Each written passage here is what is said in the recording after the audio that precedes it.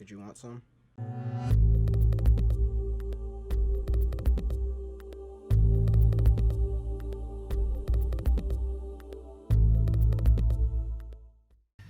Hey guys, it's Percolating, and today we are back with Storytime Saturday, and we are playing Lucid9. You guys already know this.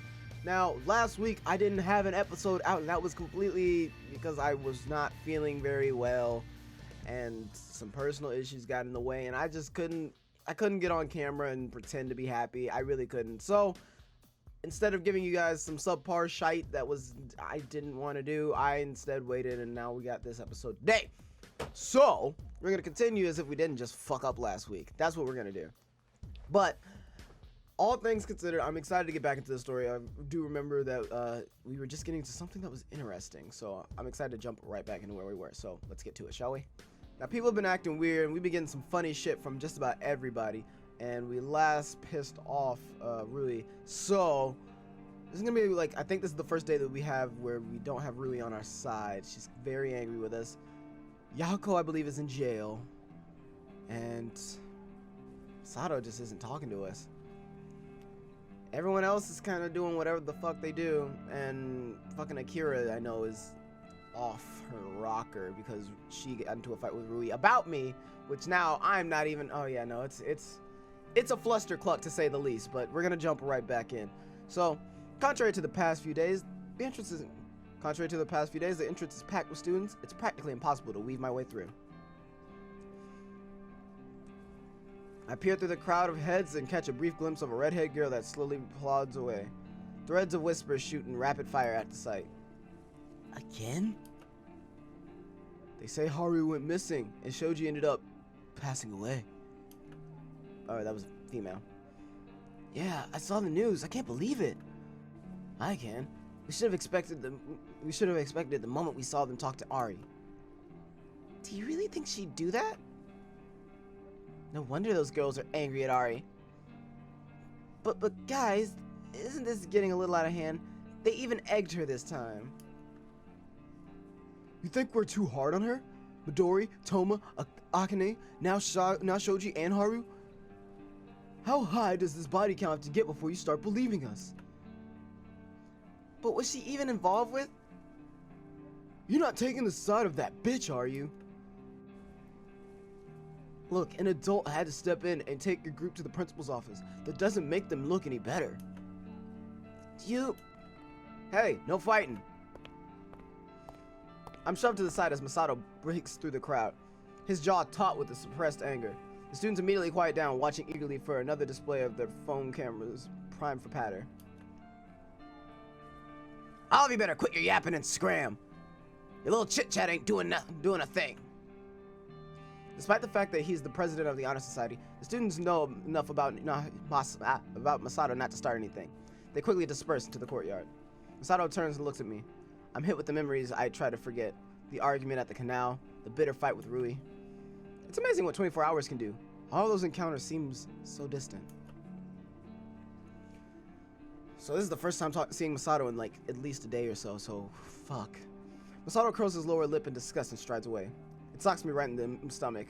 I'm speaking before I knew it. Masato. He lifts an eyebrow at me, but his body is tense with anger. I'm sorry? I don't know what I did. I want to know why you're mad? I don't understand. But Masato cuts me off, wrapping his fingers in the end of his jacket until his knuckles turn white. If you're gonna take something from me, man, at least take care of it. What? That was the last thing I expected to hear. Get to class. He storms past me and disappears into the classroom building. I'm only left bewildered and even more alone than before. This time, I've really got no one. If you're gonna take something from me, at least take care of it. Did he have a crush on Rui? But Rui was so blinded with her crush by me that nobody saw it? That's what I'm getting out of that. Or maybe all of his friends are gone and that's what he's saying. Cause Yahiko is now in jail and Rui's no longer with him, no longer talking to us because she's mad at me. Did I just fuck up our entire friend group? There's 2 different ways that could go. Oh my god. And I, again, really have no one. This is really bad. I force myself to plod to my chair. The stairwells and hallways are congested with nauseating, frivolous gossip that makes me shake my head. This is disgusting. I'm just about to slip into the classroom when a jolt of movement in the hallway catches my eye.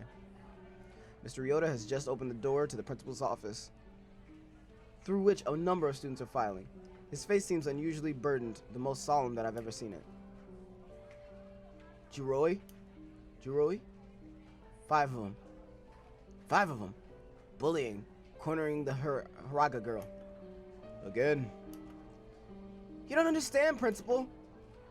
Are you really fine with a murderer running around campus? What throwing some kids with potty mouths under the bus to cover for her? Look, you guys will address the principal with respect, and you will listen to what he has to say. Next time I see you tossing around that kind of attitude, you'll be packing your bags, understood? I've never heard him sound so harsh. The students instinctively step back, like he's emitting some dark aura. Mr. Ryota, how can you say that when Haru's gone? Harabunya? Gone? What? You didn't know? He's been gone since last afternoon. He didn't even come back to the school for curfew. But Haru's a smart kid. Didn't he know to stay? What does it matter? Midori and Toma and Akane, they were inside the school after curfew, but they disappeared anyway. Inside, outside, it doesn't matter. We're doomed. She bursts into tears as Mr. Ryota is frozen in place, looking strangely awkward. Bring them in, Jiroi. I'll handle it from here. Jiroi Ryota. Interesting. Mr. Ryota wordlessly steps aside, watching the students file into the principal's office. When the last student has entered, he shuts the door, sighing heavily. I step forward to greet him, but something halts me in my tracks. Students from this very school, gone. Yesterday, a death on the subway tracks. Now, Harabunya joins the ranks. I can't trust myself. How can I possibly trust anyone else? It's got to be the stress getting to me, but I see every familiar face as a potential enemy. A puppeteer in the shadows, moving all these chess pieces into place. My phone is vibrating, which is cutting the mood. Mr. Ryota, something about him seems unbearably ominous. Surrounded by death. Am I the killer? Is the killer someone close to me? Or is the killer a complete stranger? Everyone is a possibility. Mr. Ryota is an intelligent, flippant, and when he needs to be ruthlessly efficient. Then he notices me awkwardly standing in the hallways, twiddling my thumb. Well, if it isn't my favorite delinquent. He's searching my face. I attempt to mask my expression. I can't show anything. Not now. Hey, Mr. Ryota. I decide not to mention the scene that I just witnessed. Maybe it's better if he doesn't know. Kid, you've got bags for days going on under your eyes. Have you been sniffing all night? What? Did he seriously just say that in the middle of the school? No, I was just finishing some stuff up last night. I see. Sure you don't want to talk about it? I've talked to him about my past. I'm supposed to trust Mr. Ryota. I don't know. We got some time before class starts. It's up to you. Wouldn't it be better to run my thoughts by him? He has information about the students that I could never get otherwise. Okay, your office? And then we walk to his office. It's nice. I love the. Again, I always love those little sound effects that make it a little bit more lively. We slip into Mr. Ryota's office without any hesitation. Mr. Ryota settles behind his desk. He's still eyeing me closely. Maybe he trusts me about as much as I trust him. You're really different today, Yama. What's bothering you? Do I really look that haggard? I thought I put up a passable front. That obvious? Once upon a time, kid, I was also a student. I pulled all-nighters for exams just like you. Except, this doesn't seem like it's related to an exam. Exams are the furthest thing from my mind at the moment, that's for sure. Mr. Ryota, about the murders. He frowns at my question. You're still interested in that? It's difficult to keep my composure up, but I managed to look him straight in the eye. Please, if you could just answer one question of mine about it. I can see the reluctance in his gaze, but after a long moment, he finally relents with a silent nod. You said that the victims all had some kind of psychological problem. Could you look up their connections with... It's just a shot in the dark. I don't even know if the killer is someone who I've met in person, but I've got to see if they have any relationship with Ari, Yahiko Akari, Natsuki Tanaka. I'm pretty sure this is one of those times where we only get one. As much as people are saying that it's Ari, I don't think Ari has anything to do with this. I really don't.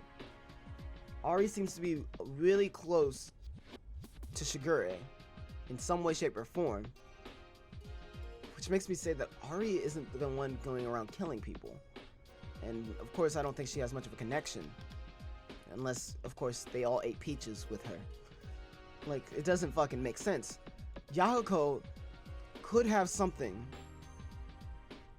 But at the same time, the novel's making me think that Yahiko is supposedly mostly innocent and just trying to make people happier. Natsuki's, of course, is an obvious choice, but I feel like that's a little too obvious. So it's between Yahiko and Natsuki who I want to choose from. As much as I really want to go with Natsuki, I think I'm gonna go with Yahiko because I feel like Yahiko might be able to pull something between them. Someone started a club for depressed and troubled students. It was called the Happy Club, and I thought that it might have the stupidest name in existence. But that club was for depressed and troubled students. Students with psychological problems. Is it really just a coincidence? Is there anything between the victims and Yahiko Akari? Yahiko? Like dumb blonde friend Yahiko? Have you gone crazy, kid? What the hell would that ditz have to do with these crimes? Can you look it up, please? I hate this doubt. Everyone in my sights is being painted as a potential target. Ari, Mr. Ryota, Yahiko, even myself. I just need to find proof that I'm wrong. Right, well, you're a weird one, kid. His fingers fly over his tablet. I see its surface flashing in a myriad of colors like a strobe light at a concert. Then he freezes and drops the tablet. It hits the floor with a small, shrill clatter. I instinctively wince, almost expecting it to shatter into pieces. What the... Gingerly, I stoop forward to pick it up. The screen is a mash of information tidbits from the school records, patter feeds, and photos from Instacam. Fantastic. A group picture of a bunch of teens hanging out in the park. Faces tagged as Yahiko Akari, Akane Tsukino, Shoji Hasagawa, and Haru Bunya. A matching pat from Yahiko announcing the very first meeting of the Happy Club. An update from the roommate of Midori Maino claiming that Yahiko was harassing Midori with the most horrible pickup lines, and she doesn't even like chocolate.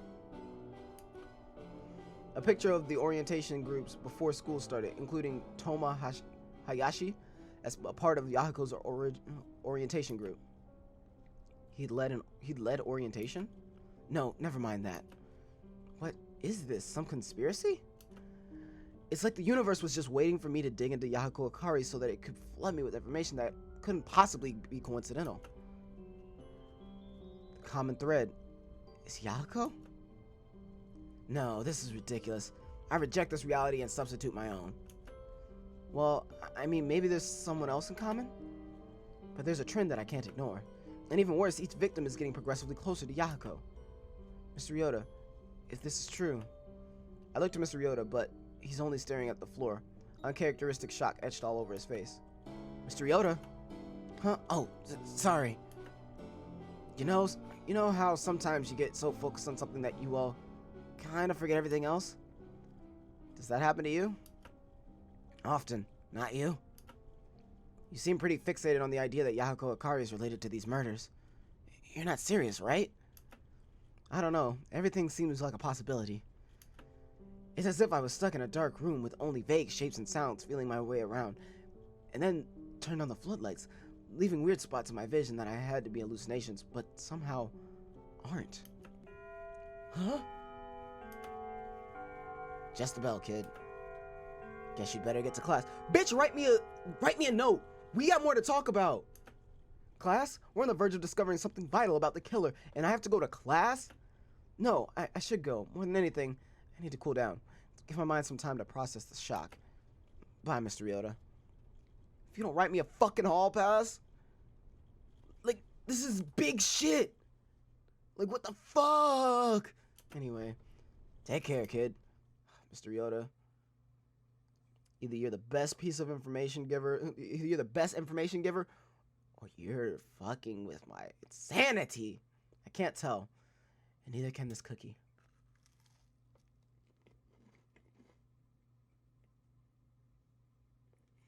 It's delicious. Mama Perk made it.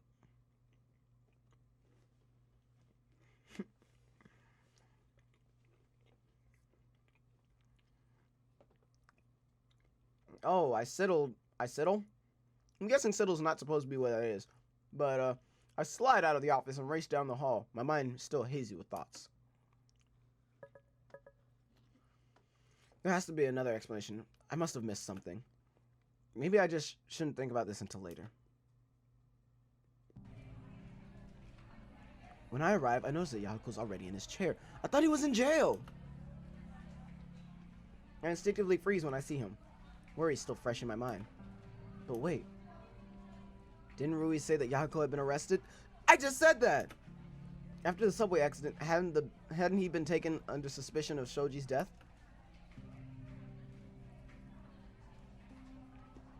And yeah, I saw him in District 6 last night. I definitely ran into Yahiko Akari, and we definitely had some kind of conversation. True, a lot of time passed because of my lapse. There were a good number of hours between the subway accident and the alley accident.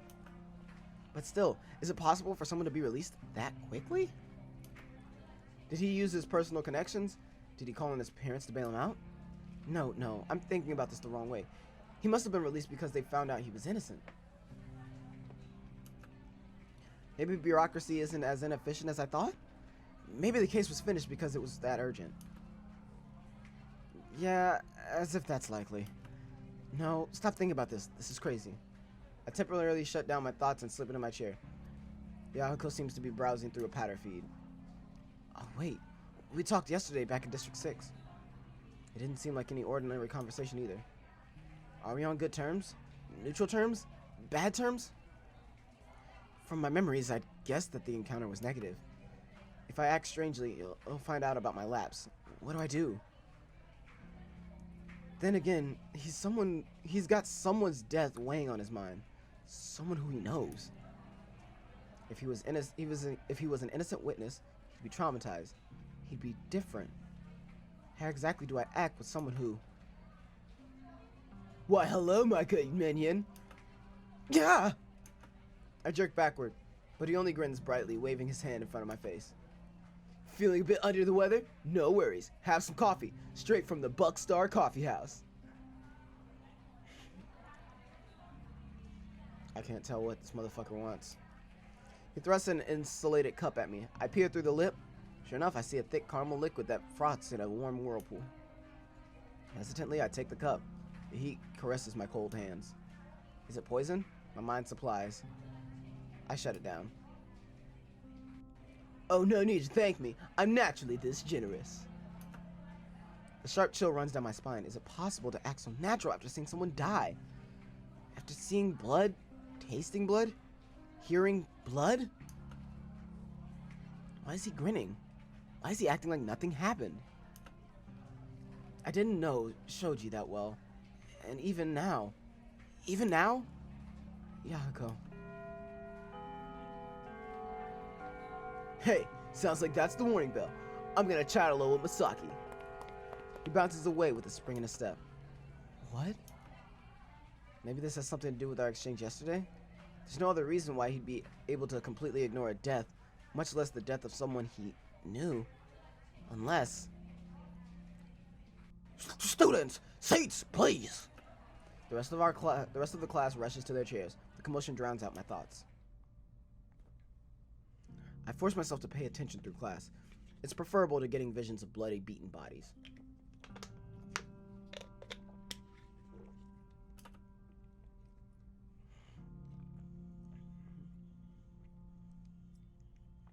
I answer the teacher's questions at every chance I get and actually listen to the lecture. Apparently it's such a rare occurrence that the entire classroom is staring at me by lunch. Shut the fuck up, okay? I got some shit on my mind.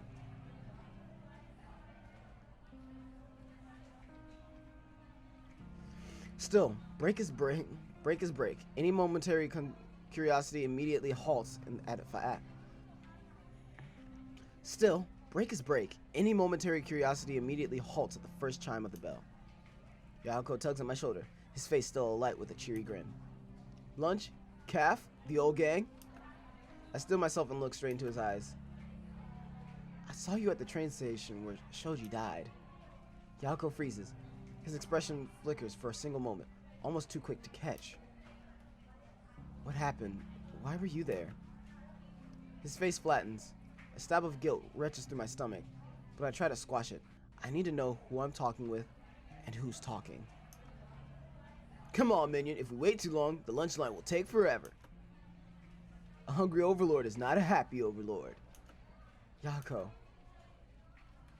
Well, guess there's no forcing you if you don't want to come, even if you're a minion. Ta-ta for now. He quickly prances out of the room before I can slip another word in. I can't suppress a shudder of revulsion. The fact that Yahiko's acting the same as he always does is terrifying. Moreover, I've done nothing to ease my fears about my lapse. I still have no clue what happened yesterday, why I saw a bloody body, why I ran into Yahiko. You are disturbed. What happened?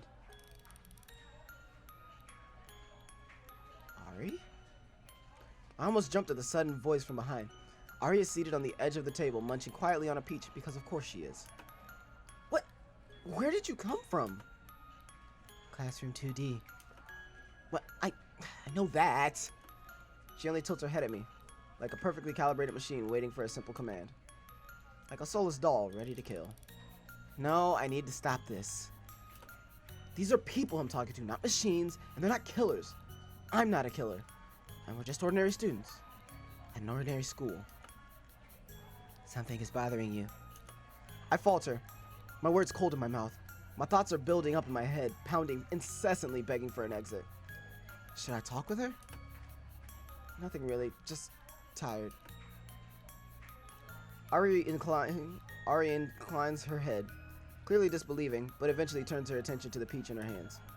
Nothing is wrong? Yeah. Da-da-da. She gracefully slides off the table, staring at me. The cafeteria is serving special Salisbury steak. Go. It's delicious. Is this her way of comforting me?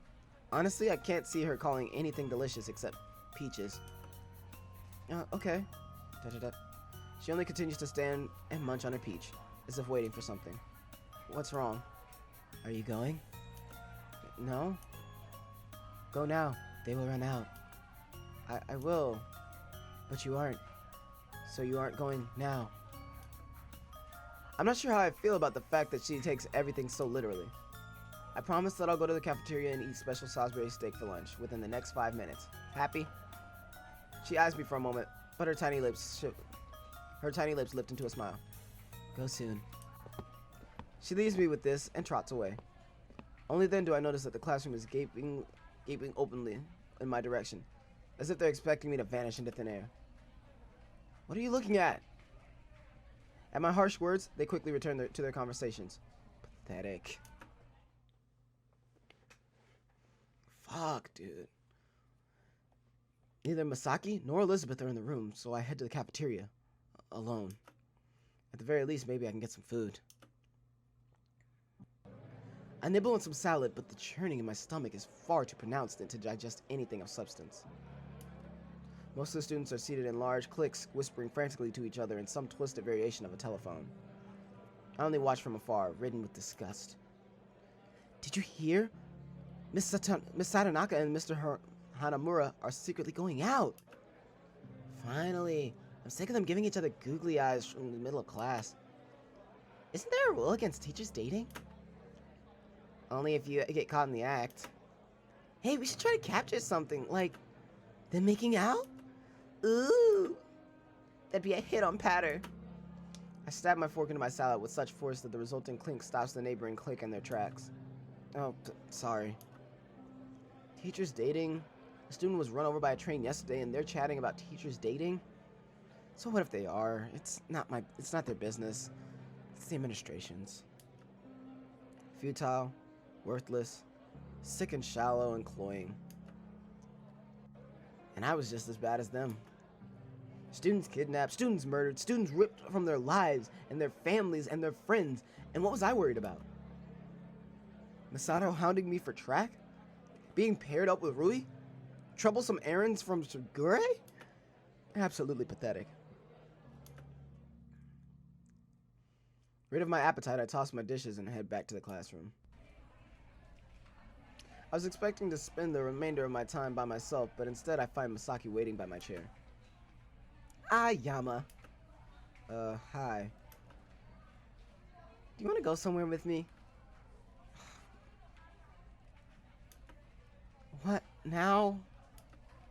No, tomorrow. Of course. No, tomorrow. Of course right now. Class is about to start. Are you seriously coming up with an excuse to stay in school? She's right. Normally I wouldn't mind. So you're saying we should ditch? I prefer the phrase investing our time in other endeavors. So, ditching? You make it sound so ugly. As sudden as this may be, it might actually end up being kind of fun. Ditch?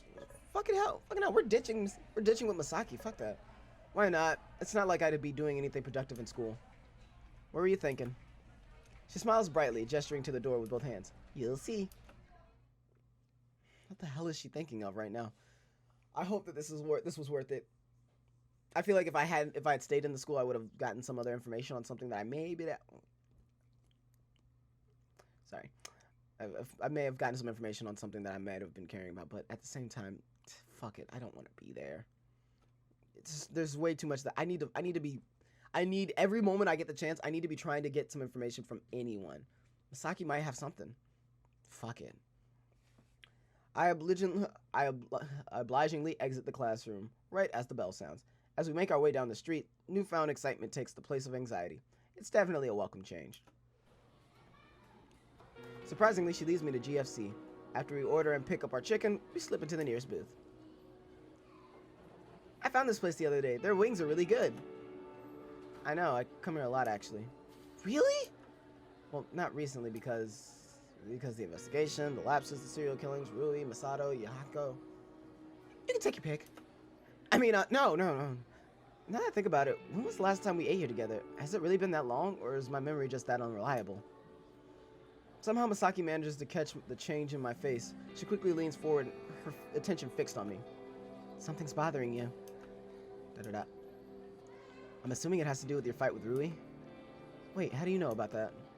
Because she told me. Well, more like I forced it out of her.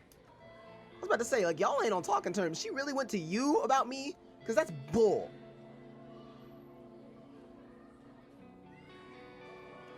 Exasperation is quickly replaced with concern. You're still having your lapses. She told you about that, huh? And about Mizu, and that you almost drowned. So what? Are you gonna lecture me about that too? My response comes out harsher than I intended. Instead of getting angry, Masaki only raises an eyebrow in bewilderment.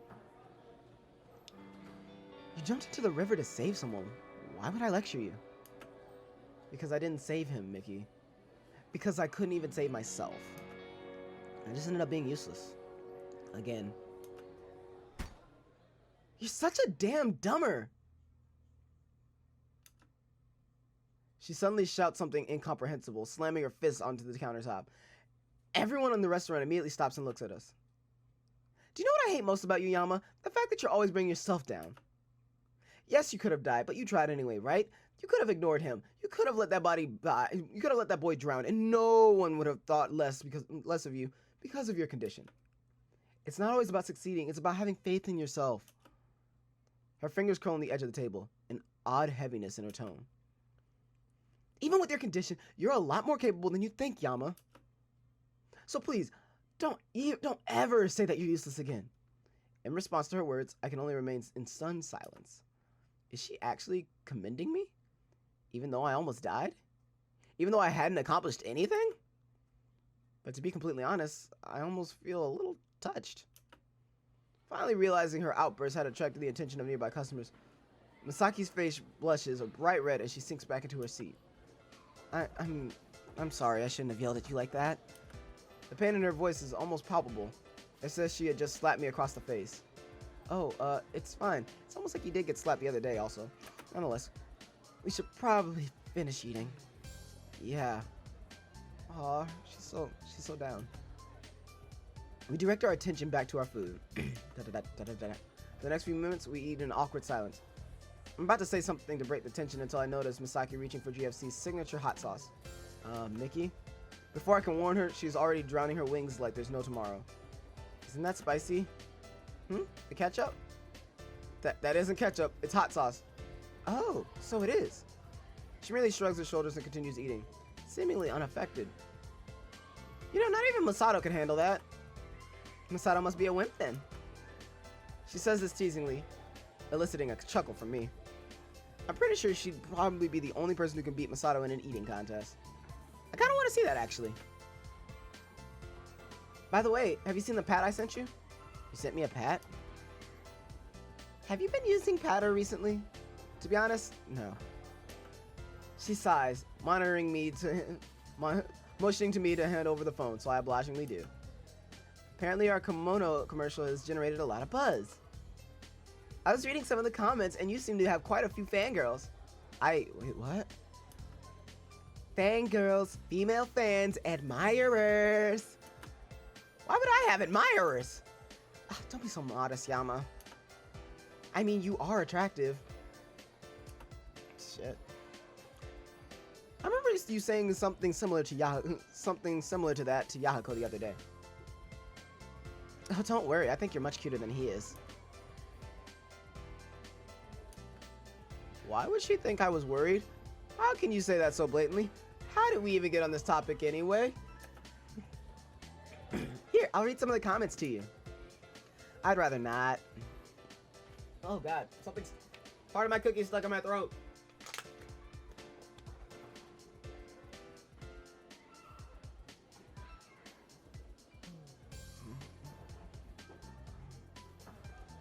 Alright. Alright. Sweet. He's so cute. I wonder if he has a girlfriend. I've never seen this actor before, but I like a lot. The acting was so good. Are they really a couple? This guy makes me question my sexual performance. I'm a dude, by the way. Have you ever... I think that should be enough. Feeling my face flush, I quickly lean over the table and snatch my phone out of her hands. She only grins at me in amusement. Don't tell me you're embarrassed. Of course not. Then why is your face red? I just don't have your tolerance for spicy foods. She giggles at this, absorbing herself in her own phone. You should seriously consider becoming an actor, Yama. It's not like I did that well. You did well enough considering the circumstances. I can't help but feel a tinge of pleasure at her praise. If not an actor, then what? I'll probably just manage my parents' restaurant. Huh? She pauses, raising a questioning eyebrow at me. Here it comes, the managing your parents' restaurant isn't a real job remark. I didn't know you could cook. That's what she was surprised about? I'm decent, I guess. Can I be your first customer? Sure. You'll let me eat for free too, right? What? No way. Why not? Because you'll put me out of business. Put you out of business? I point to her empty plate. She seems to make the connection. Are you implying that I eat too much? I'm just saying you'd have to pay the full price, otherwise I wouldn't profit. You definitely wouldn't be able to profit if your arms were broken. Well, that escalated quickly. I'd like to have all my bones intact, thank you. Well, you shouldn't call a girl. A sudden shrill emanates from her cell phone, cutting her off mid-sentence. Hello? Oh, yes. I'm so sorry, sir. I'll be right there right away. She quickly cuts the call, clearing her food from the counter. What's the rush? I'm late for my meeting. You have a meeting? Yes, with my manager after school. Ah. Quick, finish your food so I can leave. She suddenly grabs a wing and tries to shove it in my mouth. What are you doing? Why don't you just go? I hear it's bad luck to leave a restaurant by yourself if you're with someone. Where did you hear that from? Internet, of course. I shouldn't be surprised at that by this point. Come on! I'll just bring my food with me. After fetching a food container for my wings, Misaki drags me out of GFC. We stride into the warm, spring-tinted air. Misaki turns to me, pasting on a smile. Thanks for teaching school with me, Yama. No problem. Maybe we could do this again sometime. You're planning on becoming a delinquent now? I mean, eating at GFC, I miss enough classes already. In that case, sure, I'd like that. Until later. Until then, later. I don't know why I can't say stupid ass phrases like that. With that, Misaki waves animatedly, hurrying off to work. It was nice. Honestly, spending time with her made me actually relax. I'm ready to head back to my apartment, but suddenly a sudden ping brings my attention to my phone.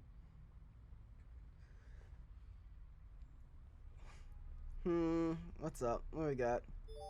Akira. Ooh, Akira. Akira, what do you got? Sup, General. Heard from a little bird and a turd that you were feeling a bit under the weather. Want to swing by Drama Club? It's a party. Figuratively speaking, of course. Drama Club? Now? Well, I guess technically I have nothing better to do. Let's go to Drama Club. Why not? It's not a bad idea. Some make-believe might just be what I need, especially with Akira, if the display on the rooftop is anything to go by. What classroom? 2C. Be there. Be Cupcake. That's not how that works. Because, you know, a score is just so yesterday. And cupcakes are delicious. I roll my eyes, but I'm smirking as I enter the classroom. God damn it, she's trying so hard, and I'm wondering if she's like...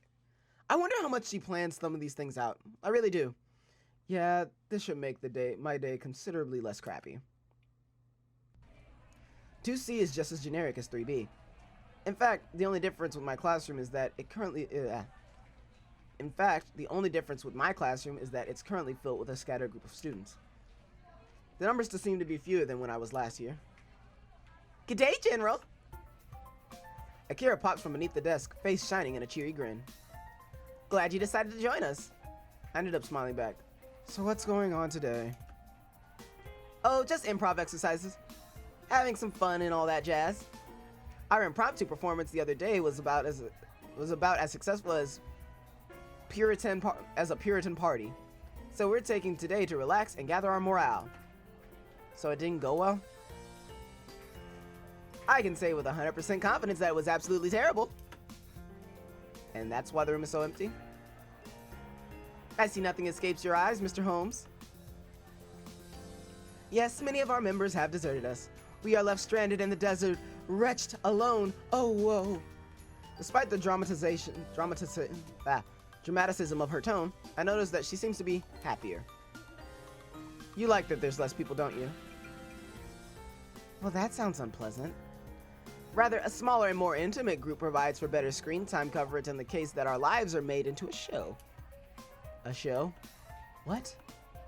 Think about it. Stories with large ensemble casts often purely focus on external conflicts, while smaller casts allow for individual character development and realization. That's how a lot of TV shows work, you know? And that's why smaller casts are worse for you if you break a bone.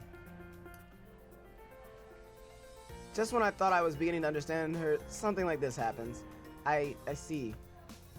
Of course you do. Of course you do. You have two functioning eyes. Before I can respond to this absurdly literal statement, the club president claps her hands, gathering the attention in the room.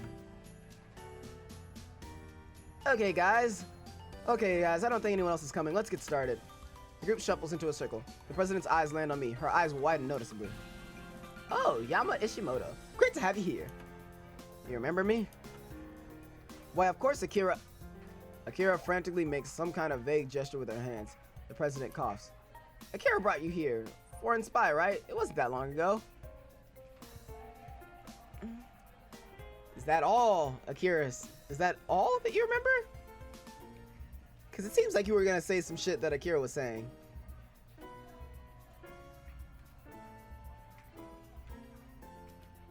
And with that expression,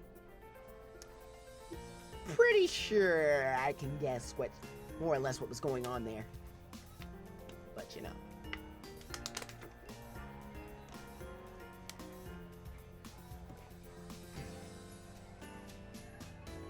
Anyway, I noticed their unusual actions, but decided to ignore it. Right. Well, you're in luck. Today I've got some great exercises planned. You guys ready? The group, though small, lets out a hearty roar. The president slides a hat toward the middle of the room. Inside it lies a tangled mess of paper. Okay, let's just do some warm-up improv. Akira, do you mind? It'd be a pleasure, Prez. She eagerly shuffles forward and snatches a random slip. Her eyes drift over the words.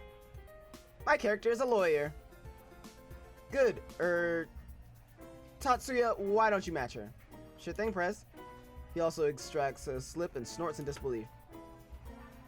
A dragon with an attachment complex to his captive princess. Great, you guys know the drill. 3 minutes. Ready? Akira straightens, adjusting her jacket. Her partner leaps onto the desk and crows lithely as if he's an actual dragon. Go! Akira strides forward, whipping her fingers to her partner. Hold it, Mr. Dragon! Are you not aware of the severe consequences associated with kidnapping? It's a serious felony offense. Your lightest sentence will be equivalent of 20 human years or more if you do not cooperate at once. No! You cannot take her from me! She's mine! My precious! Akira slaps her hand convincingly on the table. Your Honor, the defendant... We're not in a court of law, little lawyer. Go away before I fry you to a crisp! Take that. I thought that dragons were supposed to be creatures of honor. Must I challenge you to a duel? Her partner gives a long, dreary sigh, as if genuinely disturbed by Akira's incessant presence. Fine. You want to know, little lawyer, why I refuse to fortify my precious? Enlighten me. Simply this, little lawyer. You are playing by the code of humans. I am playing by the code of dragons. Shall I tell you what the code of dragons states? That a dragon can kidnap any poor innocent soul whenever they so please? No! In fact, little lawyer, it is prohibited for a dragon to withhold a precious maiden for more than 24 hours against her will, barring the major extenuating circumstance. Which is, if the place to which she must return is worse than in our possession. The room gasps silently.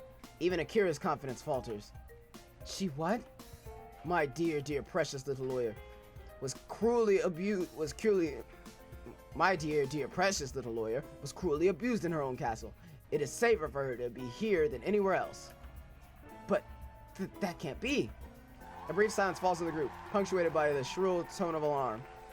The president hastily waves her phone as the classroom breaks into the applause. Time's up. Great job, Akira. Tatsuya. That was really creative. That plot twist was a brilliant comeback, Tatsuya. It was so fun to watch. When Akira sits next to me, I lean closer to her.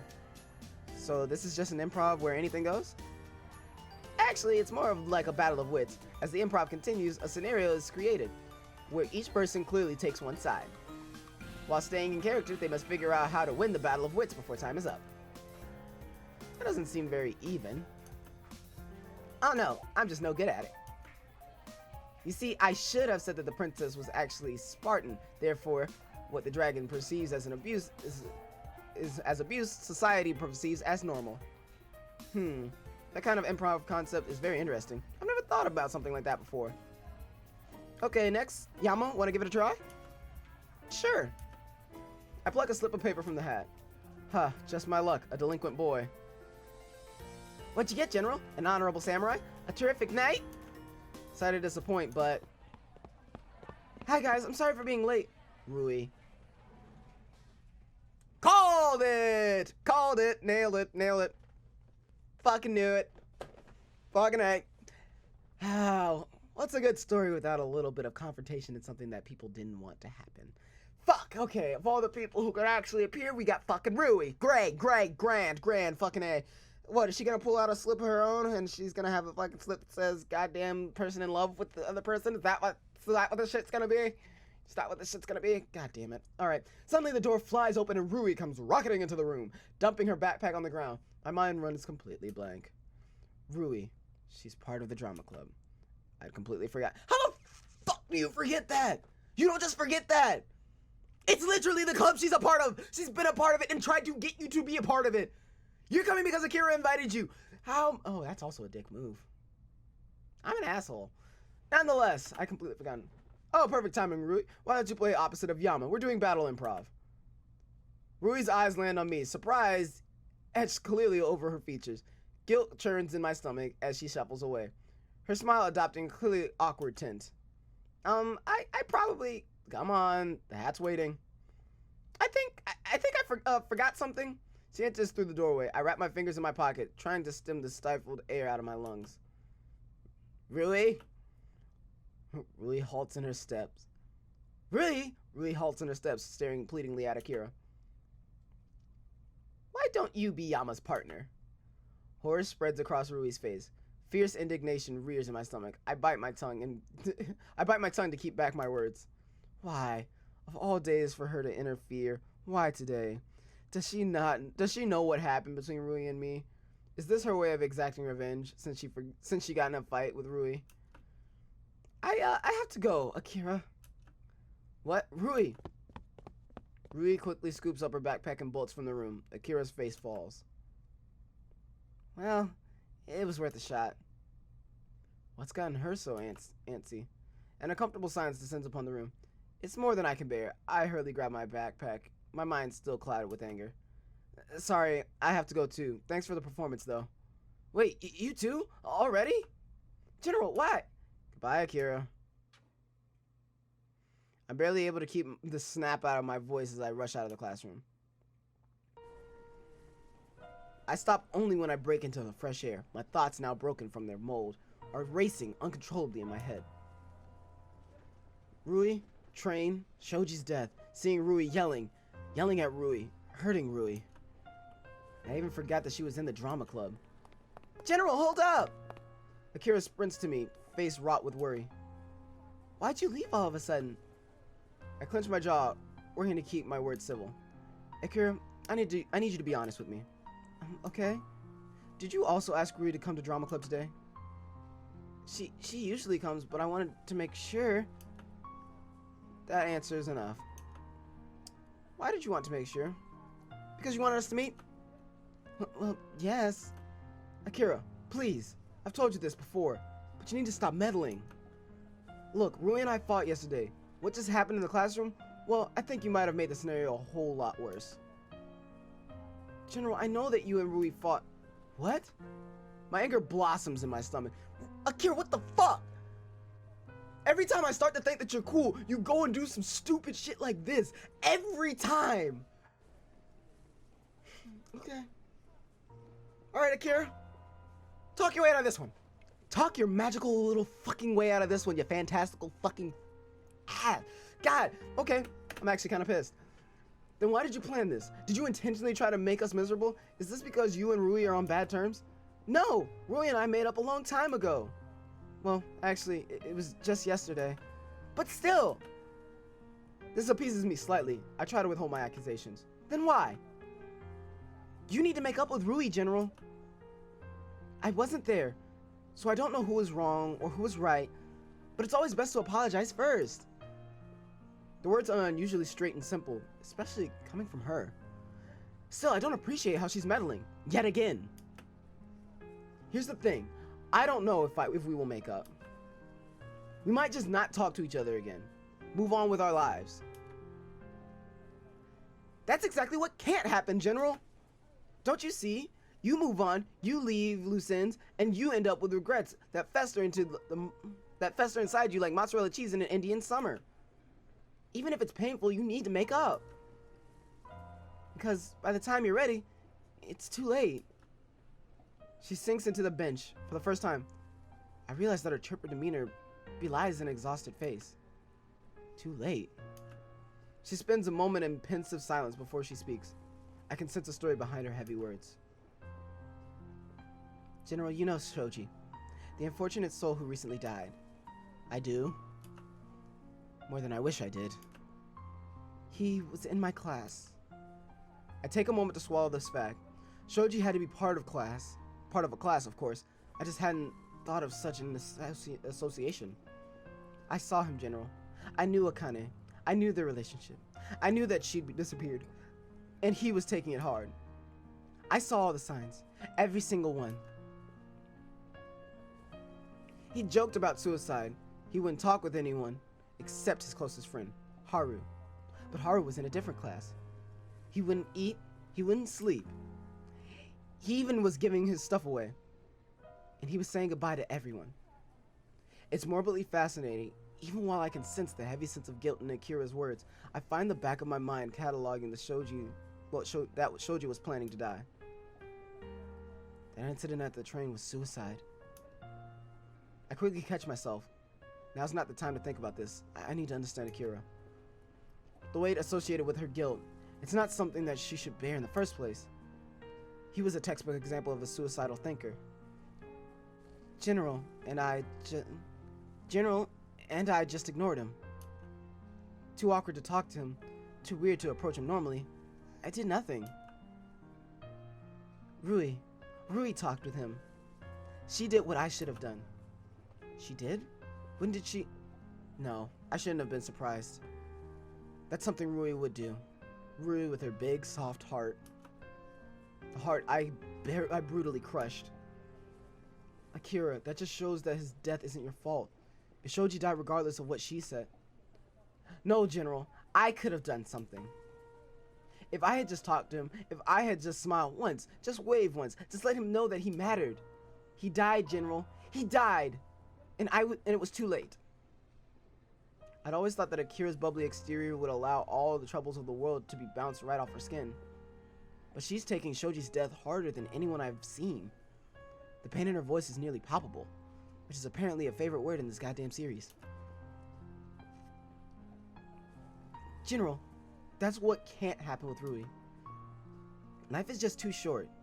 You don't know what the next day will bring.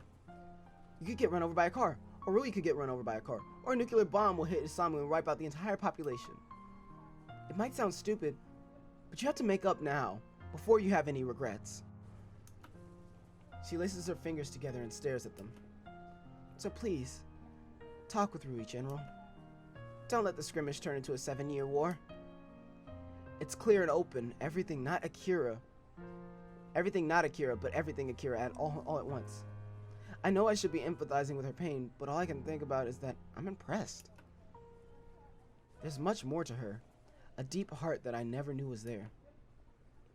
I'll try to make up. I try to smile reassuringly. She returns it, her shoulders relaxing. Well, if you need some aid, you can always call for backup. I have a particularly dangerous concoction known as the matchmaking plan. All it requires is a nearby movie theater, a bouquet of roses. This isn't for a date. Well, who's to say that it can't be? I snort at this, but it comes out a little more affectionate than I was expecting. Let's stick with the simple apology. Well, General, even if you want to be boring, I do want to give you any help I can offer. Thanks for the thought, but it's something I should do by myself. It's between me and Rui, so I'll take responsibility for it, not you. Akira freezes at the statement. Did I hurt her feelings? I appreciate the offer, though. She only averts her gaze and shuffles away. It concerns me. Akira? Huh? What's wrong? Nothing. I just, you know, it's really cool of you, General. It's very admirable. Admirable? That I take responsibility for my own crap? Well, I don't know. Is it time for me to get going? It must be. They'll all be wondering where I am. See you, General. Thanks for stopping by. And please, make up with Rui soon. Bye! And just as suddenly as she appeared, Akira bolts away.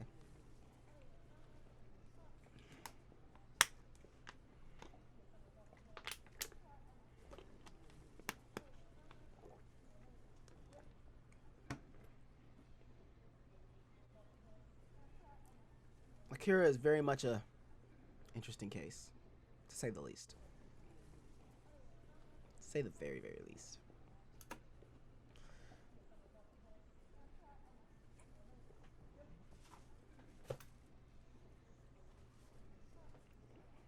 Her words are strange, her analogies are unthinkable, and half the time, I'm not sure if we're speaking the same language. But today, I felt closer with her than most of my long-term friends. Amazingly enough, I think that we're actually starting to reach some balance of understanding. I head back to my apartment, pondering the encounter in my mind. It's still lights out by the time I return. It's still light out by the time I return. The day stretches ahead of me, full of possibilities that don't exactly exist. I could study if there was any point in doing so. I could hang out with my friends if I hadn't already screwed them over somehow. I should just talk to them, honestly, and apologize. At the very least, hear their side of the story. Try to understand what exactly is going on in their minds. And yet I don't know. Even when I'm not completely sure why, the only clue that lies is this nagging thought in the back of my mind. Maybe it's better that they don't know you. Maybe it's better if they didn't have to blow off classes in order to find vague clues for an even vaguer case. Maybe it's better if they weren't forced to deal with some depressed kid who never got over his sister's death. Maybe their lives would be easier. If that's the case, the only thing I can do for anyone is to solve this case. Solve this case and stay out of the way. The key lies in my laps. Everything could change depending on what I saw last night. You're a coward. We'll see about that. I need to know why that exchange took place and what it meant. I break out of my train of thought, pondering my next course of action. If the doctors can be trusted, all I need is a stronger trigger. Something that can give my brain a nice kick. Like a bloodied corpse. Right, easy. I raise my phone, hands shaking. Nausea churns in my stomach as I bring up browser images. Bring up my browser's search engine. Switching to the mode to images. I can do this. For Rui, Masato, Yahiko, Mr. Ryota, Shiguri, for the people who have died. For Mizu. I tap the screen with finality. Gruesome scenery floods my pupils, pulsing into my brain like black oil. It wraps around me, strangling my breath out of my lungs, laughing softly in my ears. Too late. I struggle against it, but the empty eyes that wash over organs and veins, it sends my heart reeling. I vaguely feel myself turn over, retching. A lapse pushes at me, but I push back, reaching into the furthest depths of my mind. Remember.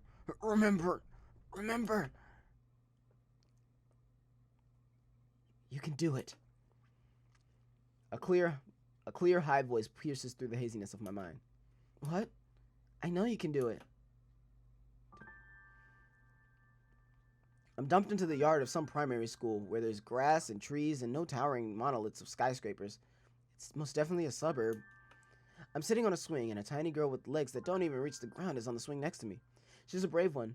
With every extension of her legs, she pushes higher and higher until she's almost horizontal with the bars. Then I realize that I'm also tiny and my own legs don't reach the ground. This day. I remember it well. I remember it to the point of painstaking detail. I remember how the sun felt on my face, how the flowers sang in the wind, how the delighted shrieks of children were a soundtrack that played endlessly in the background. I remember despising it all because no one should have been happy. Not when I had to move, not when adults kept saying things I didn't understand, not when Mizu was gone. So when they come, just tell them, okay? The girl's cheery voice broke me out of my thoughts. I was barely swaying back and forth on the swing, a comical juxtaposition to her vivid enthusiasm. Okay. It was not okay. I was not okay. And I would not just tell him. But as a child, I had very quickly learned that saying okay was the easiest thing to do. Saying okay made people happy. Saying okay made people leave you alone. But this girl was an exception. As she swung down, she suddenly ground her heels into the bark mulch beneath her feet. Wood chips sprayed at me. I promptly leapt to my feet, yelping in indignation. Hey! The girl jumped from her swing, landing in front of me. When she stood up, her hair seemed to glow like the fire in the sunlight. Promise? I flicked bits of bark off my elementary school uniform, nodding dully. Okay. Pinky promise. She stuck out a hand and shoved mine in my pocket. I shoved mine in my pockets. Okay. You aren't pinky promising. Cross my heart. Hope to die? I didn't speak because I suddenly felt funny. The girl's eyes widened. Okay, maybe you shouldn't hope to die. Your sister's already dead. She said this solemnly, and as a 7-year-old, I had absolutely no concept of political correctness, so I only shrugged. Yeah. It's okay. It's okay. There's a lot of trampolines in heaven. Trampolines and flowers. Okay. And the girl through with her saying her piece, leapt back onto her swing and continued her crazy quest to the top. I only made shapes in the bulk march with the tip of my shoe. Suddenly the girl hunched her knees to her chest and pointed frantically in the distance. Hey, they're coming! I shrank against the swing. I didn't need to look where she was pointing. I already knew what lay in that direction. Come on, Yama, get up! No. You promised! No, I didn't. Yes, you did. You just promised. No, Hey, you poophead! I stiffened and glanced meekly at the newcomers. 4 older children, bigger in every dimension, with glittering eyes and smiles that were too cheery for this time of day. Or any time of day, for that matter. You stupid poophead. Yeah, why don't you play like us? He doesn't even talk with anyone. Just stares at us with those freaky freak eyes.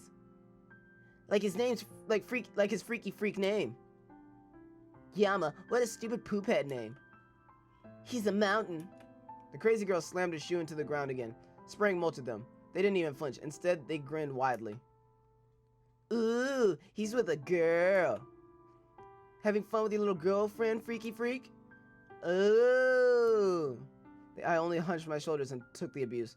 The girl, on the other hand, curled her fingers into a fist, crouching aggressively. He's not my boyfriend. We didn't even kiss yet. Yama and Rui sitting in a tree. Kissing. I bet he got cooties from her. I don't have cooties. Ew. Don't get too close, guys. You might get some. Run away. As the girl Rui lunged after them, the 4 split and ran circles around her, laughing raucously. Hey guys, I came up with a song. Yama needs his mama. Freaky freak, just like a llama. Yeah, what's a llama? Doesn't matter. Yama needs his mama. Freaky freaky, just like a llama. Needs the girl to fight. Cause he has no might. They slapped their hands together, laughing cruelly as I fought to keep the sting out of my eyes and throat. Okay. I said this placidly, saying okay would make them happy, saying okay would make them leave me alone. But just as they were about to lose interest, Rui socked one of them straight in the face with her fist. Rage twisting her cherubic features, her target collapsed to the ground, sniveling, but the rest only laughed. You hit like a girl. Is that the best you can do? Freaky freak and his freaky girlfriend. I'm not his girlfriend. What on earth is going on here? A teacher jogged over to the scene, followed by a crowd of twittering students. Rui's eyes lit up, thinking that help was coming. I only continued to stare at my shoes. I knew what would happen. Teacher, those 4 bullies are... Teacher, Yama hit me. Look at him, teacher. I think he's going to die. Yama's not being nice. You said we should be nice. We should be nice, right? At the flip of the switch, the bullies had transformed into a pile of sniveling, clueless victims to the odious freaky freak. The teacher examined the scene before her, pursing her lips. The crowd awaited her judgment. Even at 7 years old, I already knew what it would be. Yama, I understand all the bad feelings you must be dealing with, but you can't hit people, okay? Infuriated, Rui jumped in front of me, yelling at the top of her lungs. They're lying, teacher! I hit him! The teacher smiled tenderly at her. Rui, I know that you're very nice and you want to protect Yama, but he needs to take responsibility for his own mistakes.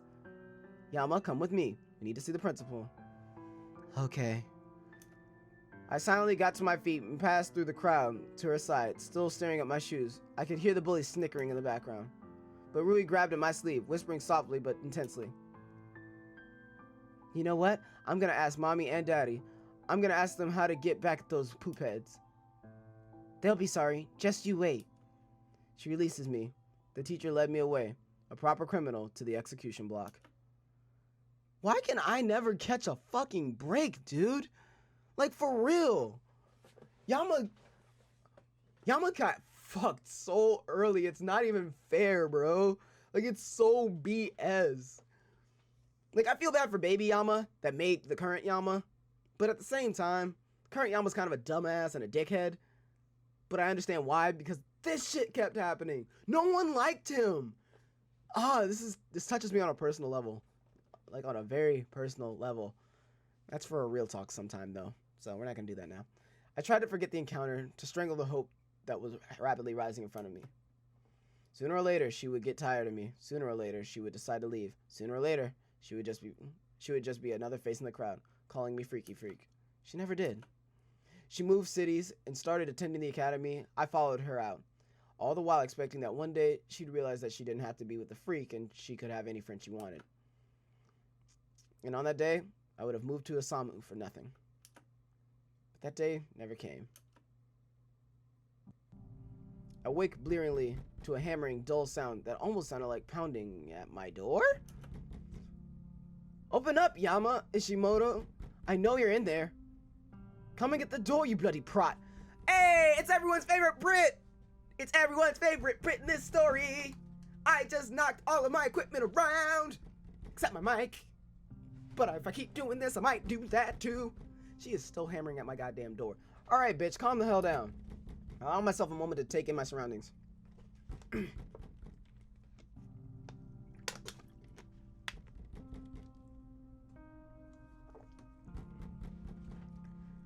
How long have I been out?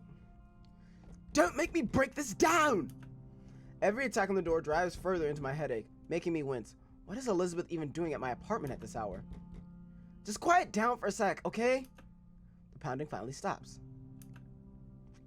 I turn on the lamp. That was cool. I'm sorry, that was really cool. I didn't even know that lamp turned on, but that's really cool. I really like that. Sakai Projects, I love you guys. Turning on the lamp, I glance around. At some point, I throw my jacket on the ground. Thankfully, there's no vomit or other bodily discharge to be seen or smelled. Did I fall unconscious? Did nothing else happen? I'm waiting! 5 minutes, Your Majesty. I struggle to my feet and head to the door. A sudden dizzy spell knocks me over. I barely catch myself on the kitchen counter in time, but as a result, my hand slips on a cup, sending it crashing to the ground. I wince as the harsh sound scrapes against my eardrums. Porcelain rockets to every corner of the room, skittering across the tile. Good God, what's going on in there? Dots spin in the front of my vision as I struggle to the doorway. Something cuts into my foot. I roughly shake it out. Finally, I manage to open the door. Elizabeth's dour glare promptly melts into shock. Yama? Happy? I stooped to pick up the porcelain, but forgot my foot twinges with pain. Wincing, I crouch to the ground and examine my heel. Why are you bleeding? I point wordlessly to the shards of the cup. Elizabeth sighs, gingerly plucking them from the corners and dumping them into the trash. You seem to be getting into these scrapes quite often. Hey, it's not every day I break a cup. She ponders this silently. It's only then when I actually clock the time. What are you even doing here? No, actually, how do you know where I live? She flicks the last of the shards into the trash can, then turns to me, hands on her hips. Is that really what matters right now? Look, first we need to take care of your foot. Where's your first aid kit? Tell her, make her leave. No, we're gonna tell her. The fuck? The hell are we? Why would I not tell her where my first aid kit? I realistically point to the medical cabinet in the kitchen. Bottom shelf next to the stove. She crisply strides to the cabinet, pulling out a pipe of antibacterial ointment and a gauze wrap. Foot. I can bandage it myself. I can do it better.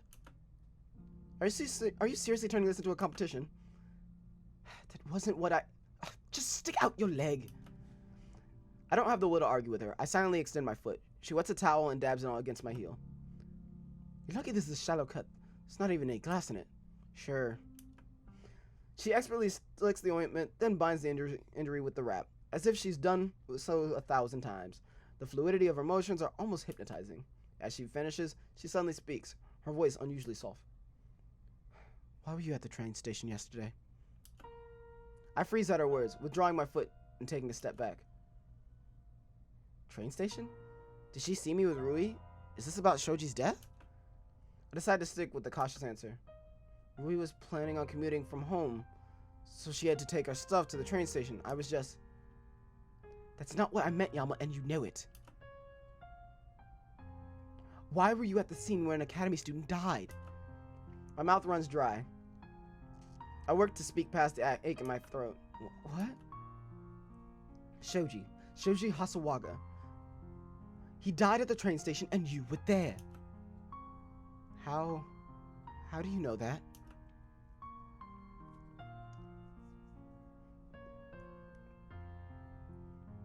Would you just tell me, why were you there at that exact moment? The pressure from her words bears down on me heavily. I make my way over to the couch and take a seat. Were you there too? Yama, just answer. How did you know? Why are you always so insufferable? I might not be your best friend, but don't you trust me? Just one whit. Just one whit. My exhaustion, my nausea, my dizziness, it culminates into a lump of long-ridden resentment. Insufferable? I'm the one who was insufferable. Oh, don't do this, dude. Don't do this. Just tell her that you were there for Rui, because that was your reasoning. Come on, dude. Not that hard. Ask her questions after you answer. I was just a normal student in a normal class. I didn't cause trouble. I didn't bother anyone. Who bothered whom first? Who insulted whom first? Who was the person who pretended to be my friend? I wasn't pretending. I was trying to help you. Oh yeah, you were an angel, nagging and criticizing and micromanaging me. You should have just done my homework for me. Let me ask you, did I ever ask for your help? Did I ever ask for you to tell me that I was trash at everything? Look, I'll admit I made some mistakes, but I was trying to help you. Well, I thought so too, until that project. Don't tell me that I'm insufferable. You were the one who started it. Elizabeth bristles visibly and grabs my shoulders. Her breath is hot against my face. Currents of lavender and vanilla brushes against my cheek. What did you expect? Did you think I would baby you around? You dumped that project. You left me to do everything. You don't know how many all-nighters I had to pull just to get that bloody poster done in time. That poster isn't even what? Worth anything? It was worth a grade, Yama, and grades are money. More than that, it was a City Link project which was worth 50% of our grade. I blink in surprise at that fact. Honestly, I never checked the syllabus. The fact that one project would have been worth so much is alien to me. Elizabeth quiets and releases my shoulders, sitting down on the opposite end of the couch and folding her hands in her lap. To you, coming to school is just pocket change. Not exactly. My parents aren't billionaires or anything. Maybe, but you can slack and you'll come back another semester. You can scrape by at the bare minimum and stay assured that you'll remain a student. But I need to work for it. So that I'm not a burden on my father. He's already so busy with work, the house, and with me. Education is just out of the question. She seems to shrink inwardly. Looking oddly defeated, I try to work past my shock and phrase my next question delicately. Your mom, doesn't send help? She's dead. Oh. Yeah, makes it a bit difficult. Just a little. She recovers and stares at me in the eyes. You already know that I'm a part-timer at the cafe, even while I keep up the illusion of being rich to others. But the absolute best thing I can contribute is maintaining an academic scholarship at the academy. My cynical side can't help but laugh. Scholarship? Who would work so hard to come to a school like the academy? But at the same time, if I'm fair, I know that it's one of the best high schools around. Shows you just how much quality of education has deteriorated since the Depression. To you, Yama, it may seem like I only cared about my grade.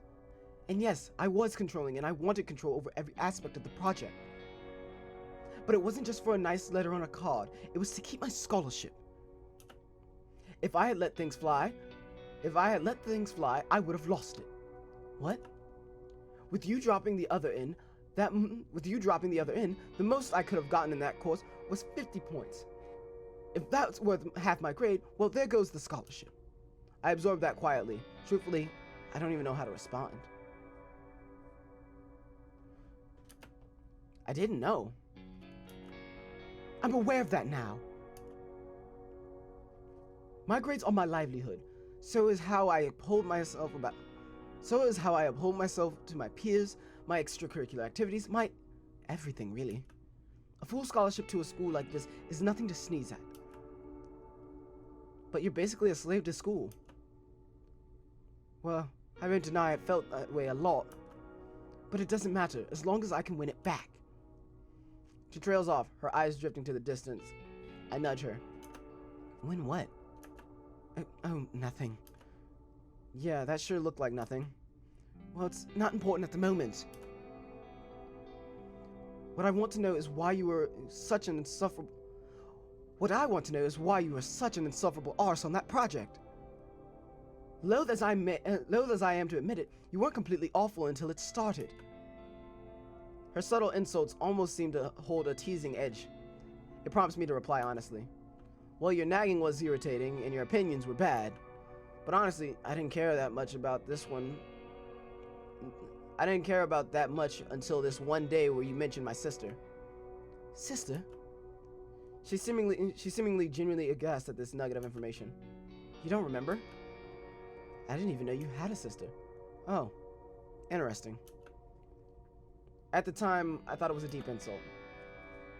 Oh, and your sister thought so too? Well, she's dead. Oh, bit hard. Just a bit. I'm sorry then, I didn't know. Was that why you dropped the project? Something like that. Well, it makes sense. A moment of silence falls between us as we work to process these revelations. Honestly, it feels pretty alien to share civil conversations with Elizabeth. Up until just a week ago, we'd been at each other's throats on a nearly daily basis. This really is like Pride and Prejudice, isn't it? What? Well, I've gone on so long misunderstanding you. Well, so have I. I guess both of us are, Mr. Darcy.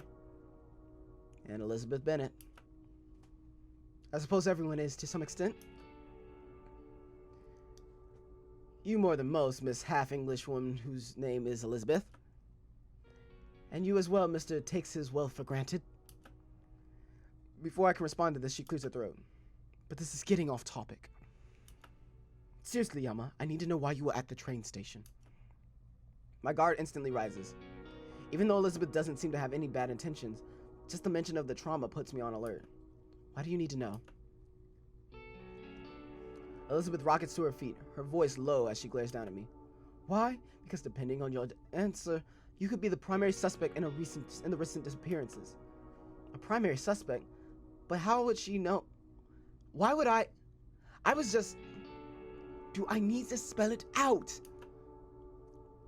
Katsu Kobayashi. He's a policeman, the one who found you in the forest a few days back, right around the time they found a body in the same forest. A mutilated body of a student that matched the pattern of disappearances. Well, Katsu's in charge of Shoji Hasagawa's case at the train station, and what does he hear from his primary witness? That you were there. Of all bloody incompetent people, you somehow possess the intelligence and initiative to flawlessly kidnap and murder 4 to 6 people. I can't tell whether she's insulting me or fighting for my innocence, Not that it matters when she knows so much. How do you... She throws her hands up in the air. Fine, my father is the bloody superintendent of the bloody Isamu Police Department, and the Katsu is a family friend. Now, will you tell me? I'm stricken, speechless by this barrage of revelations. Elizabeth is the daughter of the police superintendent, and you blackmailed her, motherfucker, just to throw that shit in there, just saying. Just see how your past actions affect your fucking future? You goddamn fucker. God damn it. Come to think of it, maybe she has superior knowledge of dressing wounds because her dad is the police superintendent. Pieces start falling into place. Elizabeth's atypical outlooking on the killings, her systemic behavior during the school investigation, how she knew how to handle a gun, even just in laser tag. Something makes sense about her. If you're wondering, no, my father doesn't blab about confidential information. I learned as a part of an investigative process that involved Katsu interviewing me. What? I wasn't even thinking about that. Then why are you wasting time? Just tell me what you were doing at the station. Napping? I told you I was helping Rui move. Those are the words I want to say, but I can't. What was I doing? At the train station? I might have just fainted, but when I'm sleeping, when I'm lapsing, I have no clue what I'm doing. Elizabeth's frown flattened into neutral curiosity. Yama? I don't know. It's impossible to tell what's going on. Everything happened so quickly. The deaths being drafted as an assistant, then being fired, more deaths, fights, all over in the space of what, 9 days since school started? According to how we're numbering all of our episodes, yeah, about 9. You're just ridiculous. You either did something or you didn't. Looks just say that you couldn't have done it. You couldn't have had anything to do with Shoji's death. What if I did? Then say that you did. Is it really that hard? Hard to admit that you could be a serial killer without even knowing? Yeah, I'd say that's pretty hard. Then again, she just thinks I'm joking. And what if I don't know? Her expression quiets as she seems to understand. You're not seriously entertaining this idea, are you?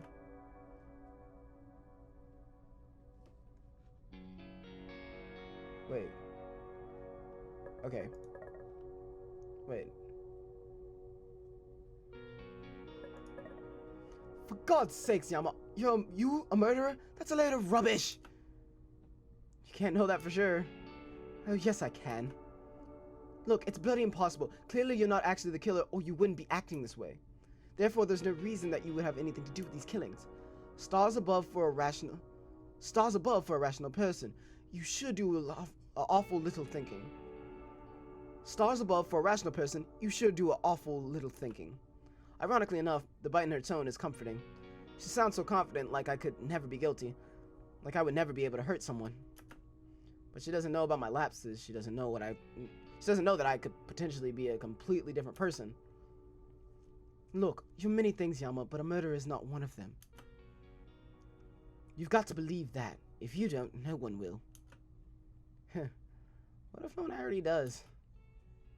Then you've got to show them. Show them who you are, show them what you can do. They'll doubt you, they'll fight you, maybe your friends will leave you. But you've got to fight back. I have no doubt that's no longer Elizabeth. I have no doubt to any other person, her speech would have been amazingly inspirational to any other person. Life changes would have been made, world views would be altered. But fighting back, involving people, doing something, that's what I've been doing for the past week. Uncovering, investigating, taking initiative. And, well, we saw how that turned out. Still have to admit that she stirs hope, even in someone like me. Her words make me want to leap up, to raise my fist and fight back. I just don't know if it'll make things better or worse. Thanks, Elizabeth. She falters, her eyes widening. What? That's the first time you didn't call me Lizzie. Would you prefer that? Not particularly. It simply feels odd. Her eyes drift across mine, slowly, contemplatively. Well, done with your pity party? As close as I can get to done, I suppose, Miss Bennett. Fair enough, Mr. Darcy. After all, I know how you enjoy your parties. Ah, yes. You can tell by my acute desire to eat, drink, and dance the night away. While the night is the night is scarcely young. Wait, it's midnight? She leaps away, pointing to my clock in clear horror. Oh, looks like it is. Good God, I have to get going now! She hurriedly shoves the medicine back into the cabinet and scrambles to the door. I instinctively grab her sleeve. Wait! What's the... Let's go, now! She doesn't look like she's going, so I quickly release her. Something dawns on me. Oh, academy curfew. What? No! I have a permit because of my father's job. Does this curfew even exist, or does everyone just ignore it? Then what? Homework? Sleep schedule? No, nothing like that. Shouldn't it be obvious? A girl and a boy is home at a late hour. What? Just that? It's nothing to worry about. I've had plenty of girls over. Roy was one of them. Heck, she even knows the key code to my door. But Elizabeth doesn't seem to take this as comforting. In fact, she turns white as a sheet. Plenty of girls? It's fine, people don't care around here. I care! Do you know what this could do to my reputation? She paces agitatedly, wringing her hands. Her worry is stressing me. Look, like I said, it's not a big deal. Guys have girls over all the time, and girls have guys over all the time. She stops in her track and stares at me. Oh, as friends. Well, what else would they be doing? You're asking because you don't know? That is generally why people ask questions, yes. And according to you, girls come over and guys come over and they just study or play games or eat dinner or whatnot? That's exactly... Wait, what were you thinking? My God, I can't believe we're having this conversation. She covers her face and rearranges her jacket, quickly opening the door. I'm just going to go now. I'm left flabbergasted as she slams the door in my face. I can't even get a word in. My phone is going off. Okay, hold on a second while I figure out what the hell my phone is going through. Now that my phone has, calmed its goddamn tits. Let's continue. Well, that was abrupt. I swear, I'll never know what's going on in that head of hers. Yeah! It probably doesn't mean anything to you, Yama. But I believe in you. Before I can make a move, she promptly shuts the door again. This time, I hear the rapid plink of her shoes against the apartment hallway as she strides out of the complex. She believes in me? Of all people, Elizabeth Oshiro believes in me? Well, that's just the irony of life, I suppose. I can't deny that it's reassuring in the most bizarre way. She's more confident than I am in my own innocence. It feels nice to have someone like that on your side. A fighter, a warrior, someone who will tell the truth to your face, even if you don't want them to. I can trust her, weirdly enough. The boost to my mood gets me into an investigating mood, but I managed to stave it off. For now, I need to get back to bed and get some rest. If I'm going to tackle this crime, I need to do it on an alert mind and a lot of sleep. Da-da-da. I'm tossed awake by the rattle of a jackhammer just outside my window. Didn't I just try to go to sleep? Goddamn! You can't sleep nowadays. Damn! It's still dark out and my eyes are bleary. I rub at them and squint into the sheet. A handful of men garbed in bright orange are huddled around some crack in the middle of the road, surrounded by 3 large trucks. Definitely construction work of some kind. I fall back onto my bed and jam my pillow over my ears, but it's futile. The noise pounds straight through my wall. No matter what way I turn, it continues to throttle me from all sides. Aggravated, I leap out of bed and head to my window, kneading at the tension between my temples. Of all the times they choose to do construction, did it really have to be at such an ungodly hour? I retreat to the living room and lie on the sofa, but the sleep avoids me. Looks like it's gone for good. Well, clearly this isn't going to work. I decide to just get up and start the day. Let's see, breakfast, fridge, completely empty, of course. To be fair, it's been a while since I've gone grocery shopping, but that does nothing to stop my growing irritation. Looks like this day looks like it'll be fantastic. I head to my door and pull on my shoes, but a sudden alert at my phone stops me in my tracks. Very convenient. Very convenient. Notifications are very convenient. Oh, it's the Crimson Crusade dude. I haven't heard from you in some time, Mr. Troll. Is the night bothering you? Nights can often be unreasonable. No, I don't need another mysterious email. I don't need advice. I don't need any of this. Unreasonable. Wasn't there something about this case that was unreasonable? Come to think of it, maybe I should check into independent killings again. From the sounds of it, those killings might have a substantial connection to the case. Well, I guess the internet exists for a reason. I withdraw my phone, running a search on the independent killings. Only a few options pop up, and when I tap on them, they never load, only spinning in a place. What the heck? I tap again, refresh, restarting my browser, nothing. My internet's fine. I check the NNN website, and it loads within a second, but nothing with the independent killings. Seriously? The last thing I need is tech problems. Today seems like it's one of those days where nothing goes right. Or where someone's throttling your ability to check something out. Possible. I struggle to keep still, breathing deeply to stave off irritation. My interrupted sleep, paired with nagging twists of hunger, is starting to haze my brain. No, I need to fight this. First, I have to buy groceries and make some breakfast. Filling my stomach will help me think clearer. I head to the kitchen for my book of coupons. Technically, I'm not short on money, but it never hurts to save. It's one of the few things I can do for my parents. But when I look through the drawer, I find a phone tucked away in the back crevice. A phone? What's a phone doing here? Curious, I pick it up. Turning it over in my hands, I don't recognize it. It's the latest premium Limescape model, upscale even for my standards. Whoever owns this has to be a really rich kid. I try to switch the phone on, but nothing happens. Not even the empty battery indicator. Odd. Is it completely dead? I pry the back panel open only to find that there's nothing where the battery should be. Weird, looks like someone took out the battery. So now I've got this random phone, and I have no idea where it came from. Wait, isn't this the model that Misaki was talking about before? It says they're holding some kind of lottery drawing for weed? What? Why would they be giving that away at a drawing? I'm puzzled as well. Someone mind explaining what this weed is? WEED is an acronym for Wall Electric Energy Director. It's a new Limnescape cell phone that can run on power from a wall socket, even without a battery. Ah, that's right. If this is the new model Misaki is raving about, I can just use my universal Limnescape charger to turn it on. I plug the phone into the wall, holding my breath as I tap the switch. The wallpaper glimmers to life, a cheery group photo of 7 or so people taken in the school courtyard. What the? These faces are the faces of Shoji, Akane, Haru, and Yahiko. Huddled around them are 3 other students, whom I don't recognize, but I think I've seen them around the cafeteria as the Happy Club. Could this be Yahiko's phone?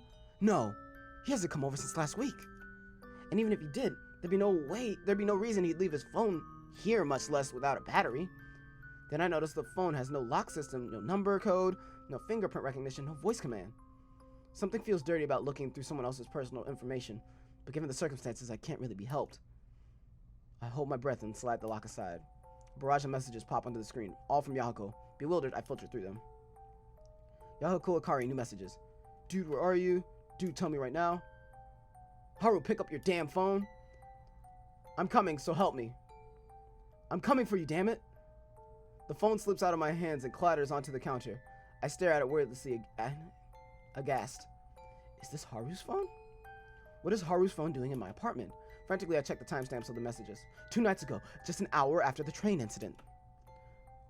Yahiko had allegedly been arrested and taken to the police. Was this why his words were so harsh? But then why did I see him in District 6 that night? Haru, Yahiko Shoji, time lapse. What happened during the lapse? Erg. I stumbled to the couch, my vision spinning before my eyes. What was going on? Images shift in the front of my eyes and overwhelm my vision. I'm in my apartment, but I'm out of my apartment. I'm in the present, but I'm in the past. Everything smells like iron. Iron, trash, smoke. I walk forward and the carpet against my feet turns to slime. District 6. I'm in District 6. I'm in my laps. I stagger forward, blindly reaching for a hold of a wall, a garbage bin, anything. My shoes catch against something on the ground. I can barely hold my balance. Just a few feet away lies a corpse, hewn with long, slender cuts over every inch of its skin. trickles of red seeping to the ground. A dark pool sloshes over the cement, sluggishly crawling toward my shoes. I step forward, fixed with a morbid fascination, and peer into the corpse's mutilated face. Da-da-da-da? No. No, what's Haru? Why is he? I have to be mistaken. I have to... Da-da-da? Nausea kindles my stomach. I'm struck with still shock. My limbs froze into the ground. Iron fills my nostrils, strangling me. I'm sorry. I'm sorry. The body is unmoving, still, red of its suffering. I run. I sprint as fast as my legs will take me, weaving through buildings, streets, until my lungs are pleading for air. My surroundings whistle past me, twisting into macabre images of mocking beasts. Too late. Always too late. Yama! I grind to a halt, struggling to keep my grip on my panic. Yahiko stands before me, his phone open and a light in his hand. He's pale in the moonlight, almost to the point of being a ghost. Yahiko? What are you doing here? We stare wordlessly at each other. Yahiko suddenly shakes his head as if waving his thoughts away. Have you seen Haru? That depends on your definition of see. Now's probably the worst time to have a smart mouth, but I can't help myself. I have to find some cruel humor in the moment or I'll break. I saw what was left of him. You what? Yahiko's eyes search for my face, but I'm unable to speak. He grabs my shoulders. Then what are you doing? You shouldn't even be here. I scoff at this. No, really? Yahiko rifles his fingers through his hair agitatedly. Don't you dare tell anyone! His eyes are pleading, but the urgency in his words startles me. Why not? Look, no one can know about this. His evasiveness makes me wonder. It's almost as if he already knows that Haru died. Scared someone will find out? He falters, staring at me in disbelief. I'm trying to help you, dude.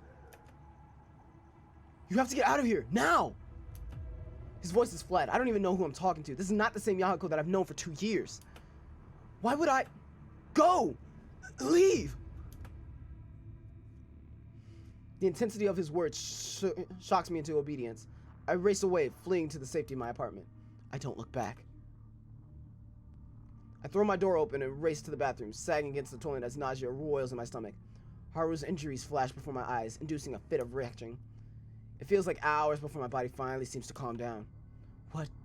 What did I just see? My hallucination merges with reality. I'm hunched over the sink, staring emptily down the drain. Haru, mutilated to death. Yahiko, in District 6 without any rhyme or reason. Everything pointing to me, or rather, the unaccountable alien in my body during my lapse. It's gone.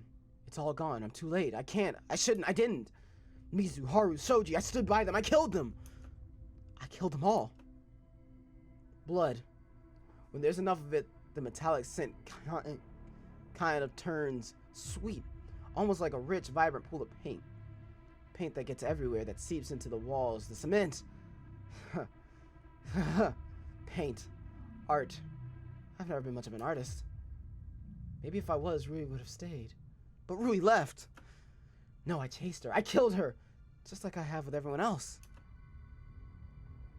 I'm done. With all of this. Too late. I'm still seeing flashes of red on the screen. Like that. Da-da-da-da.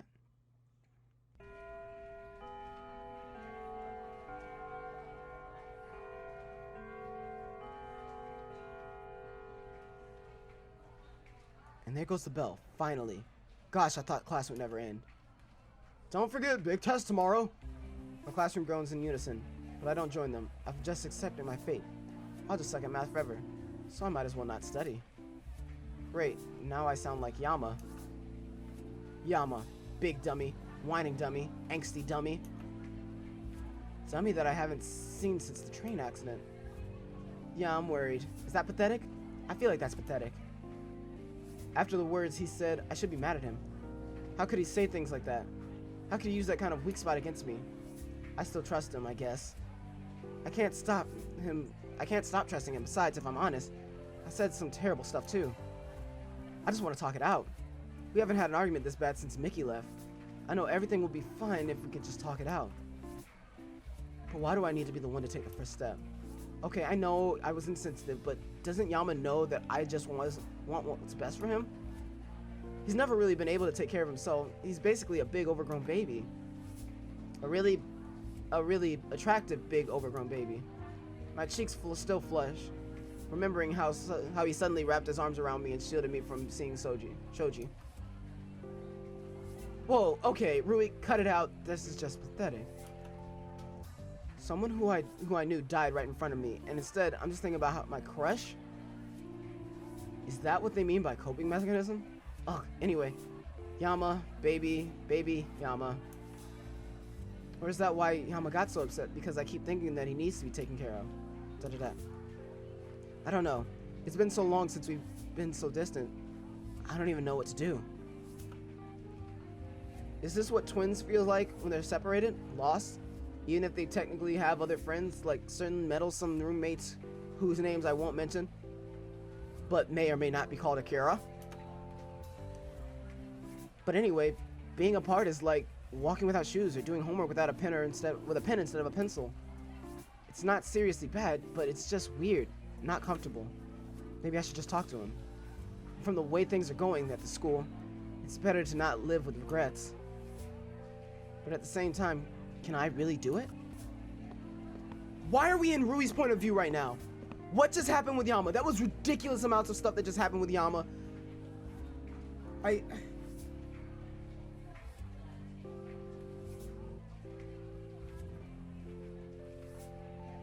need to know. Hey, Rui! A classmate pops in with a cheery wave. I totally forgot her name, but I instinctively return a smile. Hey, what's up? We're heading to GFC. You game? My smile falters. GFC. What I wouldn't give for a trip to GFC with everyone there. Sorry, I think I'll pass. Don't be a party pooper. Come on. I really can't, but thanks for the invite. You're not gonna talk to Ari Haraga, are you? What? Where did that come from? I don't know. Well, you used to hang out with her. I glance in Ari's direction out of the corner of my eye. Even though school's technically ended, she's calmly sitting at her seat munching a peach. Because of course she is. I used to just go up and talk to her because of her quietness. How she was bullied and how she was labeled. It really reminded me of Yama. I still should reach out to her. I still should defend her. But it just hurts. Is that why you're with me? Singing around someone you know you're better than at everything probably made you feel really good about yourself. It's not true. It can't be. I wouldn't have done something like that, right?